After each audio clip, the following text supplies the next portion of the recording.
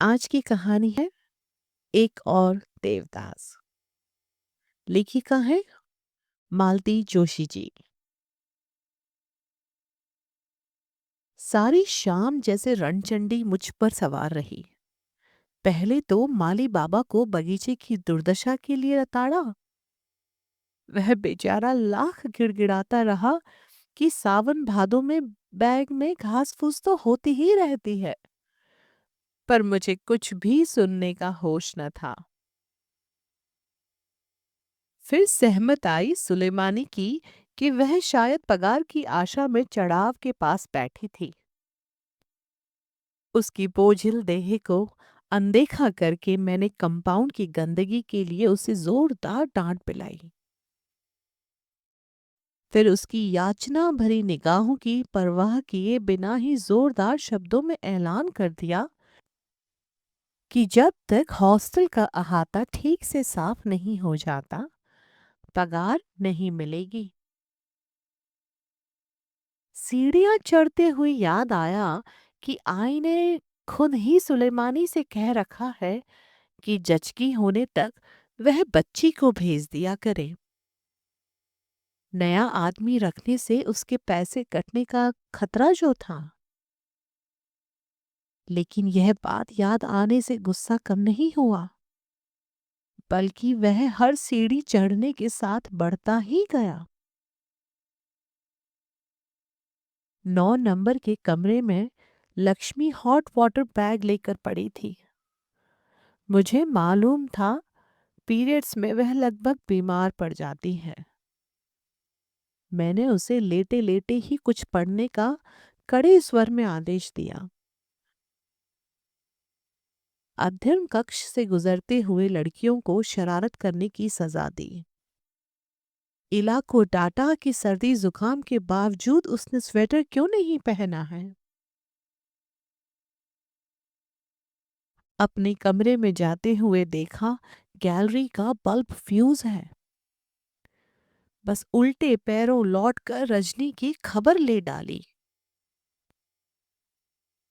Madam शाम से बिस्तर में लेटकर कोई सस्ता रोमांटिक नॉवल पढ़ रही थी। कुछ देर तो सुनती रही, फिर भरभरा कर रो पड़ी। पर हमेशा की तरह मैंने उसे सांत्वना नहीं दी, बल्कि पैर पटकते हुए अपने कमरे में लौट आई। सर पूरी तरह भन्ना रहा था। दिमाग की नसें इतनी तन गई थी कि लगता था फट पड़ेंगी। लगा कि एक दो और नमूने से सामना हो गया तो आज सचमुच मुझे कुछ हो जाएगा। लेकिन सामना हुआ रामरती से। वह कमर पर हाथ धरे दरवाजे के बाहर मेरी प्रतीक्षा कर रही थी। मेरी कुर्सी पर आकर बैठते ही उसका फरमान छूटा। अपन को जी अच्छा ना हुई तो लेट न रहिए घड़ी भर। बिना बात के रिसियाई रही तब से। जैसे कोई फाइल गुब्बारे में पिन चुबा दे, रामरती की बात ने ठीक वही असर किया और मैंने निढाल होकर मेज पर सर रख दिया। यहाँ सब पर शासन करने वाली मैं, पर यह 2 कौड़ी की नौकरानी मेरी बॉस बनी हुई थी। उसकी कड़ी और खड़ी बातों का मेरे पास कोई प्रतिवाद नहीं होता था, क्योंकि उसके खुरदरे व्यक्तित्व के भीतर बहने वाली स्नेह की अंतः सलीला को मैं जानती थी। अब भी क्या उसने मुझे चैन से बैठने दिया? एक कप कॉफी के साथ एक टिकिया खिलाकर ही दम लिया। फिर बोली, मचिया में पोड़िए तो हम मूड दाबी दे ठीक से। उसके अत्याचारों से बचने का कोई उपाय नहीं था। मैं चुपचाप आकर बिस्तर पर लेट रही। रामरती कटोरे में आंवले का तेल लेकर सिरहाने जमीन पर बैठ गई। उससे लाख बार कहा कि इस युग में इतना तेल कोई नहीं लगाता। लेकिन न उसे जमाने की परवाह थी, न मुझ में उससे बहस करने की शक्ति थी। और ईमानदारी की बात तो यह थी कि उसकी मालिश से सचमुच दिमाग को बड़ी ठंडक मिलती थी। बस तापदायक होती थी उसकी जबान, जो अव्याहत रूप से चलती रहती थी। वह निरंतर हॉस्टल की लड़कियों को, यहाँ के शोर शराबे को, यहाँ के ढेर सारे काम को और मेरी लापरवाही को कोसती रहती। धीरे धीरे उसकी उंगलियों का जादू मुझ पर छाने लगा और उसका कर्कश स्वर दूर होता गया। कब आंख लग गई पता ही न चला। नींद जब खुली तो रात के 9 बज रहे थे। मुझे चादर उड़ाकर रामरती इधर उधर हो गई थी। फिर भी मैंने उठने का खतरा मोल नहीं लिया। चुपचाप लेटी रही। शाम की सारी घटनाएं याद आने लगी। उन लोगों के करुण चेहरे आंखों के आगे घूम गए, जिन्हें मैंने बिन बात के डांट दिया था। अपने ऊपर बड़ी ग्लानि हो आई। पता नहीं सबने मेरे बारे में क्या सोचा होगा। क्या रामरती की तरह वे भी समझ गए होंगे कि मेरा जी अच्छा नहीं है? क्या हो गया है मेरे जी को? दोपहर तक तो अच्छी भली थी। सुबह लड़कियों को गुड्डी दिखाने ले गई थी। दोपहर को रजनी के साथ ब्लू बेल्स में खाना लिया था। तीसरे पहर रामरती के हाथ की बढ़िया कॉफी पीकर पिछले महीने का हिसाब देख रही थी। तभी, हाँ तभी प्रिंसिपल मैडम का बुलावा आया था। इतनी कोफ्त हुई थी। एक तो जुलाई महीने का हिसाब वैसे ही गड़बड़ रहता है। सुबह 5 लड़कियां होती हैं, शाम को खाने तक 15 हो जाती हैं। फिर दूसरे दिन पता चलता है 2 लड़कियां हॉस्टल छोड़ रही हैं। उनके डिपॉजिट को एडजस्ट करते करते दम फूल जाता है। बड़ी मुश्किल से मन को एकाग्र कर पाई थी कि ये समन आया। मना करने का कोई सवाल नहीं था। रजिस्टर बंद कर चप्पल खटखाती हुई बंगले की ओर चल पड़ी। मैडम अकेली नहीं थी। मुझे द्वार पर झिझकते देखकर बोली, कम ऑन गीता, आओ तुम्हारा परिचय करा दो। मिस्टर वाजपेयी, ये है हमारी मेट्रन मिस गीता देसाई। और गीता, आप हैं मिस्टर वाजपेयी, टीएफओ। नमस्ते के लिए उठे हुए 2 जोड़ी हाथ और 2 जोड़ी आंख जड़ होकर रह गई। अच्छी बात यह थी कि मेरी उम्र 18 नहीं 38 थी। नहीं तो क्या उतनी निर्लिप्तता से कह पाती, मैडम हम लोग क्लास फेलो रह चुके हैं। सच? हाउ नाइस, मैडम ने उत्साह में भरकर कहा और फिर 20 यों प्रसंग सुना डाले। जब उनके पुराने परिचितों से यूं अकस्मात भेंट हो गई थी। सारे वक्त मैं टेबल क्लॉथ की कढ़ाई को मन पर उतारने का प्रयास करती रही। कमरे में तीसरे व्यक्ति की उपस्थिति को झुठलाती रही। पर मैडम को जल्दी होश आ गया। मैंने आपको बोर तो नहीं किया? उन्होंने अपनी चिर परिचित मुस्कान के साथ पूछा और फिर ऑफिशियल टोन में आकर बोली, अब काम की बात हो जाए गीता। मिस्टर वाजपेयी अपनी बेटी को हमारे यहाँ रखना चाहते हैं। लेकिन मैडम हमारे यहाँ जगह है। मैंने प्रतिवाद करना चाहा। मुझे मालूम है, लेकिन we must treat it as a special case. अभी अप्रैल में ही इस लड़की की माँ का देहांत हो गया है। मिस्टर वाजपेयी अक्सर टूर पर रहते हैं। लड़की को अकेले घर में नहीं छोड़ा जा सकता है ना। ओह, सो सैड। मैंने सांत्वना में कुछ और कहना चाहा, मगर शब्द नहीं मिले। बुत बनी बैठी रही। मैडम शायद चाय के लिए कहने भीतर गई। मैं भी उनका अनुसरण करना चाह रही थी कि कमरे की चुप्पी को तोड़ता एक प्रश्न आया। गीता, आज कितने अरसे के बाद मिले हैं ना हम लोग। 19 वर्ष बाद, मैंने क्लर्की लहजे में जवाब दिया। तुम जरा भी नहीं बदली। बदलना मेरा स्वभाव नहीं है। मैं एकदम बूढ़ा लग रहा हूं ना। तुमने पहचान लिया, यही आश्चर्य है। एक बार अच्छी तरह पहचान लेने पर सहसा भूल नहीं पाती मैं। इस बार गहरी चुप्पी। फिर थरथराता प्रश्न आया। अब तक नाराज हो? अब मैं किसी से नाराज नहीं होती, मैंने ठंडे स्वर में जवाब दिया। लंगड़ा कर चलने वाली बात वहीं रुक गई। डीएफओ वाली मुद्रा बनाकर उसने टाइम्स उठा लिया। मैं फिल्म फेयर के पन्ने उलटने लगी। मैडम किचन से लौटी। तब तक हम दोनों इसी तरह शिष्ट और संयत नजर आ रहे थे। चाय के बाद फॉर्म भरने का कार्यक्रम प्रारंभ हुआ। नाम कुमारी बांसुरी वाजपेयी।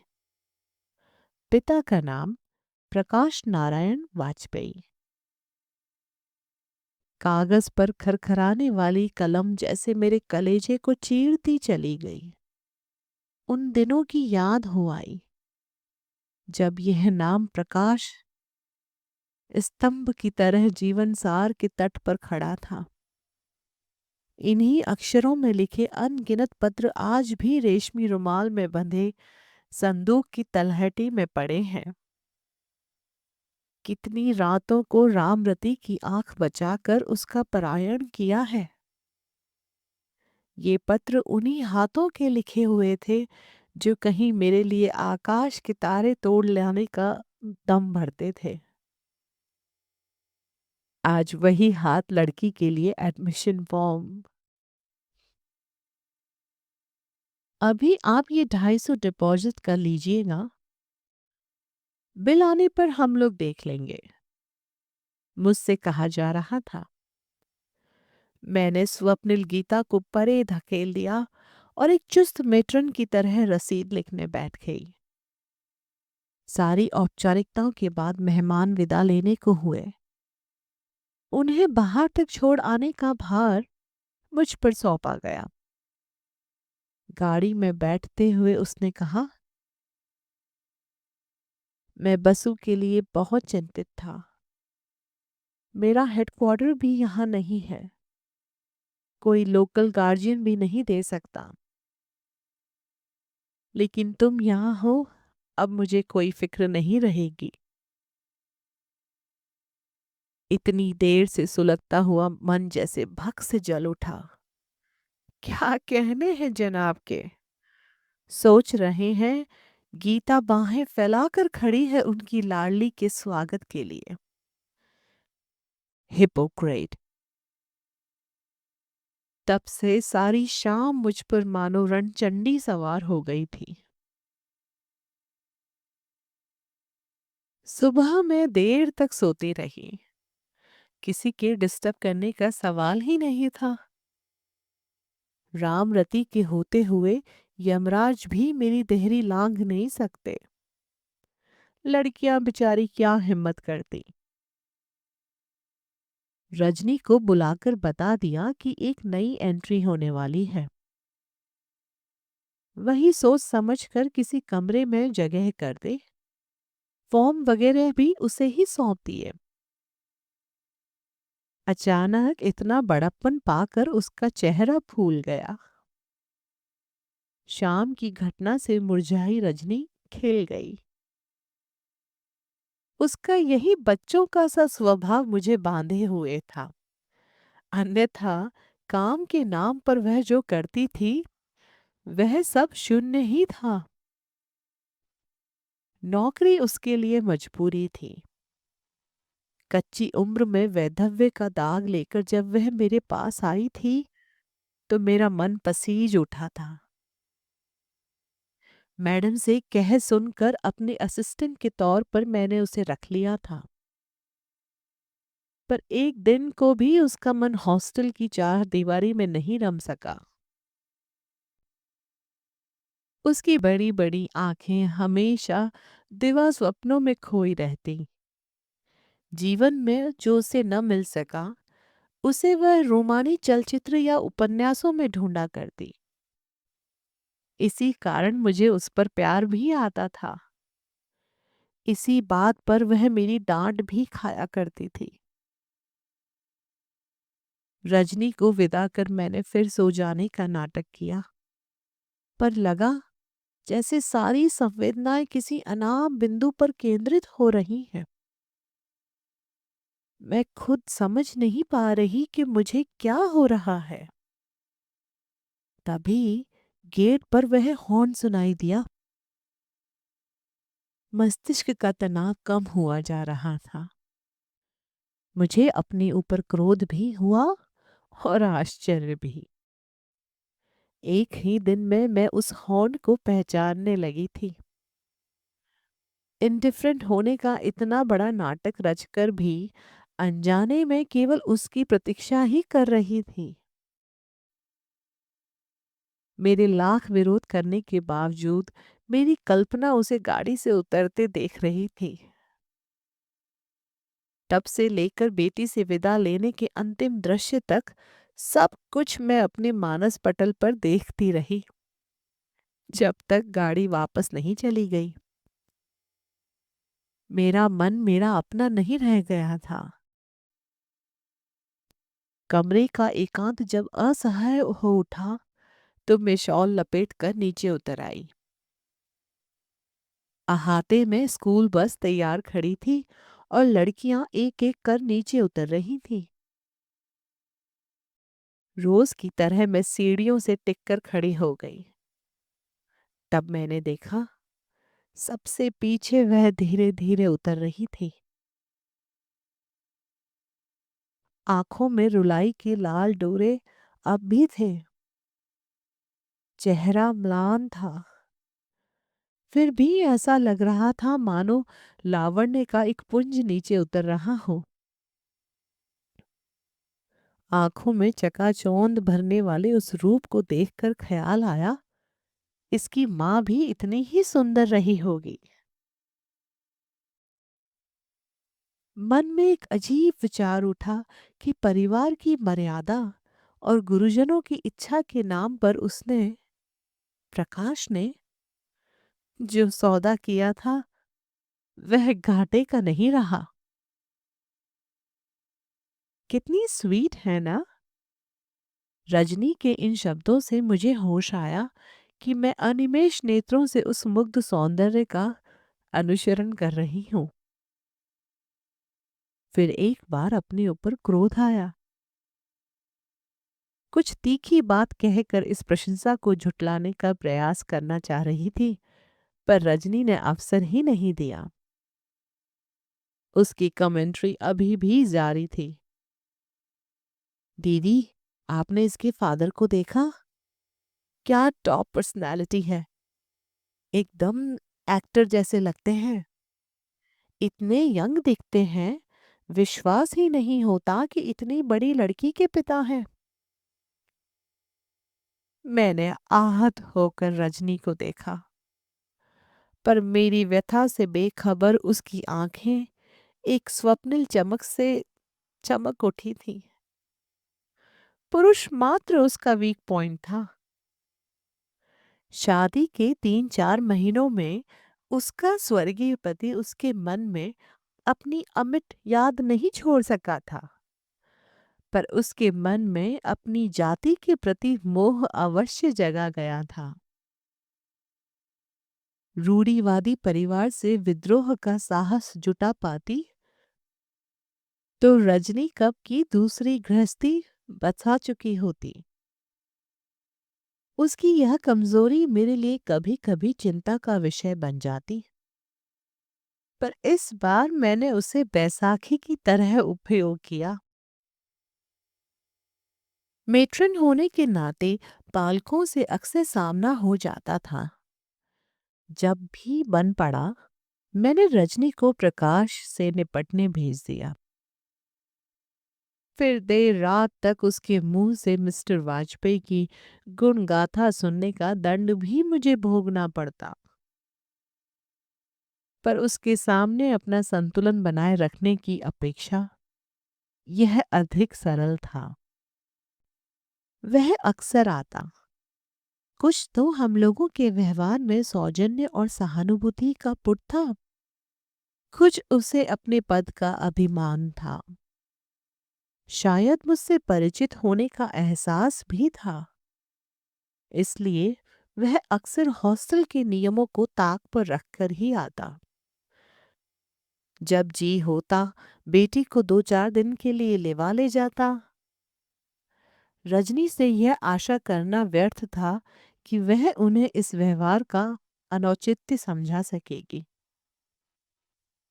यह कठोर कर्तव्य आखिर एक दिन मुझे ही करना पड़ा। एक शाम तकरीबन 7 बजे ही वह आ धमका। रजनी की उत्सुक आंखों को अनदेखा कर मैंने ही उसे रिसीव किया। देखिए मिस्टर वाजपेयी, मैंने छूटते ही कहा, हमारे यहाँ मिलने वालों के लिए एक खास दिन, खास समय नियत है। घर जाने के भी कुछ नियम हैं। इनमें हम बार बार ढील देने लगेंगे तो हमारे अनुशासन में गड़बड़ी हो जाएगी। देखो गीता, उसने मेरी औपचारिकता की परवाह किए बगैर कहा, तुम्हें मालूम है मैं टूरिंग जॉब वाला आदमी हूं। तुम्हारे और मेरे टाइम टेबल में हमेशा फर्क बना रहेगा। इसलिए यह रूल्स और रेगुलेशन तुम मुझे मत सिखाया करो। तुम अच्छी तरह जानती हो उससे मिलने मुझे ही आना होता है। उसकी माँ होती तो मैं इतनी चिंता भी ना करता। और एक तीखी हंसी के बाद बोला, माँ होती तो इस नरक जैसी रोटन जगह में वह आती ही क्यों। इतनी खीज हो आई, पता नहीं उसके गहरे आत्मविश्वास पर या पत्नी के उल्लेख पर या छात्रावास की आलोचना पर मेरा मन आप में नहीं रहा।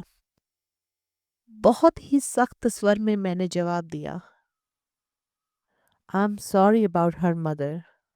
लेकिन देखिए, यहाँ जो भी आता है हर एक की अपनी प्रॉब्लम्स होती हैं।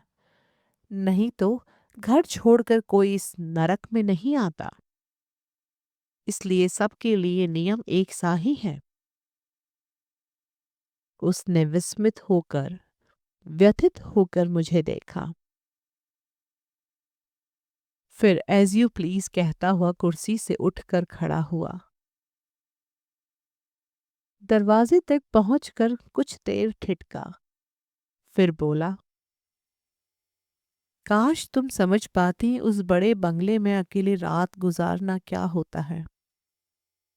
इतने इतने दिनों के बाद लौटता हूं तो वह खाली घर काटने को दौड़ता है। इसलिए पहले सीधा यहाँ आ जाता हूँ। लड़का उतनी दूर पवई में है, बार बार घर आ भी नहीं सकता।